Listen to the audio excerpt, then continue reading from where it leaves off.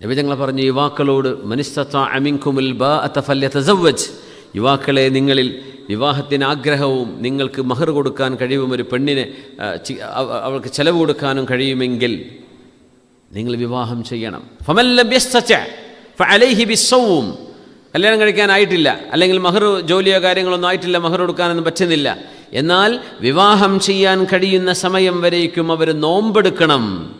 ഫഇന്നഹു ലഹു വിജാ, നോമ്പ് അവരുടെ ശരീരത്തെ നിയന്ത്രിക്കാൻ അവരെ സഹായിക്കും.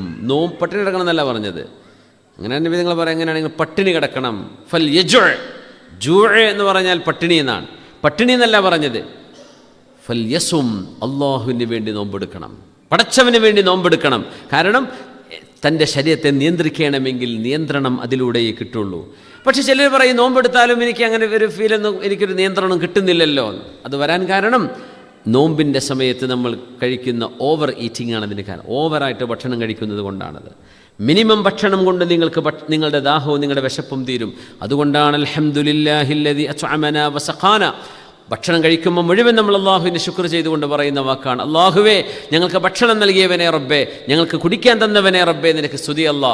പക്ഷേ നമ്മൾ നോമ്പ് തുറന്നു കഴിഞ്ഞാൽ ദഹബൽ ലമഉ വബതല്ലത്തിൽ ഉറൂഖു വസബതൽ അജ്റു ഇൻഷാ അല്ലാഹ്. ദഹബൽ ലമ, 3 ഈത്തപ്പഴം കഴിച്ചു, പിന്നെ ഒരു ഗ്ലാസ് വെള്ളം കുടിച്ചു. ദഹബൽ ലമ, ദാഹം പോയി. വബതല്ലത്തിൽ ഉറൂഖ്, ശരീരത്തിലെ ഞരമ്പുകളെല്ലാം നനഞ്ഞു, ഉണങ്ങിക്കിടക്കുകയായിരുന്നു, അതെല്ലാം നനഞ്ഞു റബ്ബേ. വസബതൽ അജ്റു ഇൻഷാ അല്ലാഹ്, ഈ നോമ്പെടുത്തതിൻ്റെ കൂലി അള്ളാഹുവെ നീ ഞങ്ങൾക്ക് നൽകുമെന്ന് ഉറപ്പാവുകയും ചെയ്തല്ലോ. ഒരു മുറുക്ക് വെള്ളം കുടിക്കുമ്പോഴേക്കും 3 ഈത്തപ്പഴം തിന്നുമ്പോഴേക്കും അള്ളാഹുവെ ഞങ്ങളുടെ വിശപ്പടങ്ങി. അല്ലാഹുമ്മ ലഖസുംതു വഅലാ റിസ്ഖിക അഫ്തർതു, നിൻ്റെ ഭക്ഷണത്തിന്മേൽ ഞാൻ നോമ്പ് തുറന്നു എന്ന് പറയാൻ കൂടുതൽ ഭക്ഷണം നമ്മൾ കഴിക്കണില്ല എന്ന് ഓർക്കണം. വളരെ ചെറിയ ഒരു ഗ്ലാസ് വെള്ളം കുടിക്കുമ്പോഴേക്കും അല്ലാഹുവേ ദാഹം തീർന്നു എന്ന് പറയാൻ നമുക്ക് കഴിയുന്നു. ഒരു ഈത്തപ്പഴമോ 3 കഴിക്കൽ സുന്നത്താണ്. ഇല്ലേ, 1 3 ചീന്താക്കിയിട്ടെങ്കിലും കഴിക്കണമെന്നാണ്. 1 ഉള്ളൂ, അവൈലബിലിറ്റി കുറവാണ് എങ്കിൽ ഒരു ഈത്തപ്പഴത്തെ 3 ചീന്തുകളായിട്ട് കഴിക്കുക. എന്നിട്ട് അള്ളാഹുവിനോട് പറയാം, റബ്ബേ നിൻ്റെ ഭക്ഷണത്തിൻ്റെ മേൽ ഞാൻ നോമ്പ് തുറന്നു റബ്ബേ. അല്ലാഹുമ്മ ലഖസുംതു വഅലാ റിസ്ഖിക അഫ്തർതു. അപ്പോൾ തന്നെ പറയുന്നു, ഇത് അങ്ങ് ഏമ്പക്കം വിടുമ്പോൾ പറയാനുള്ള ദിക്റല്ല, ഇത് നോമ്പ് തുറന്നിട്ട് ഉടനെ പറയേണ്ട ദിക്റാണ്. അള്ളാഹു നിൻ്റെ ഭക്ഷണത്തിൽ ഞാൻ നോമ്പ് തുറന്നു റബ്ബേ, അള്ളാഹു നിൻ്റെ ഭക്ഷണത്തിൽ ഞാൻ എൻ്റെ ഫാസ്റ്റിംഗ് ബ്രേക്ക് ചെയ്ത് പടച്ചവനെ. ഇപ്പോഴാണ് ഭക്ഷണത്തിൻ്റെ വില നമുക്കറിയുന്നത്. ഇപ്പോഴാണ് ഒരു ഇറക്ക് വെള്ളത്തിൻ്റെ വില എത്രയാണ്, അപ്പോഴേക്കും ദാഹം തീർന്നു എന്നാണ് പറയുന്നത്. അങ്ങനെ അള്ളാഹു നമ്മൾ പറയാൻ പഠിപ്പിച്ചത്.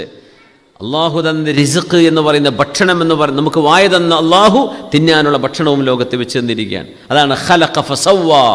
മനുഷ്യനെ വെറുതെ വായും കൊണ്ട് പറഞ്ഞയച്ചു, തിന്നാനൊന്നുമില്ലാത്തൊരു ലോകത്തേക്കല്ലെന്ന് അള്ളാഹു നമ്മളെ പറഞ്ഞയച്ചത്. മൂക്ക് തന്നു, ഓക്സിജൻ കിട്ടാനില്ല, വല്ല കാര്യമുണ്ടോ?